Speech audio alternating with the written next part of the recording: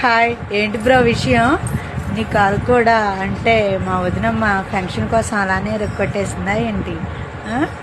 ఏదో మీకేదో ముందుగానే ఇలాంటిది మీ లైఫ్లో జరిగినట్టుంది. అందుకనే మీరు నన్ను కామెంట్ చేస్తున్నారు కదా. ఎవడు కూడా ప్రమాదశాత్తు జరగాల్సిందే, కానీ ఎవరి లైఫ్లో అయినా కావాలని ఇరగొట్టుకో అంటే మీ ఇంట్లో అలా జరిగిందేమో, మాకైతే తెలియదు. కానీ మా లైఫ్లో అలా అయితే జరగలేదు. మేమైతే భార్యాభర్తలు శుభ్రంగా ఉంటాం, కడుపు నిండా తింటాం, సంతోషంగా ఉంటాం. తెచ్చుకున్న కూలీ డబ్బుల్లోనే ఏదో ఒకటి కలో గంజో దాగి బ్రతికేస్తున్నాం. కానీ ఒకరికొకరు కక్షలు పెట్టుకొని ఫైట్లు చేసుకొని విరగొట్టుకోవాల్సిన అవసరం మాకు లేదు. ఒకవేళ మిమ్మల్ని వదిన గారు అలాగే విరగొట్టి మీరు ఫంక్షన్ తీసుకునేలా చేస్తుందేమో, అదైతే నాకు తెలియదు అన్న. Okay bye.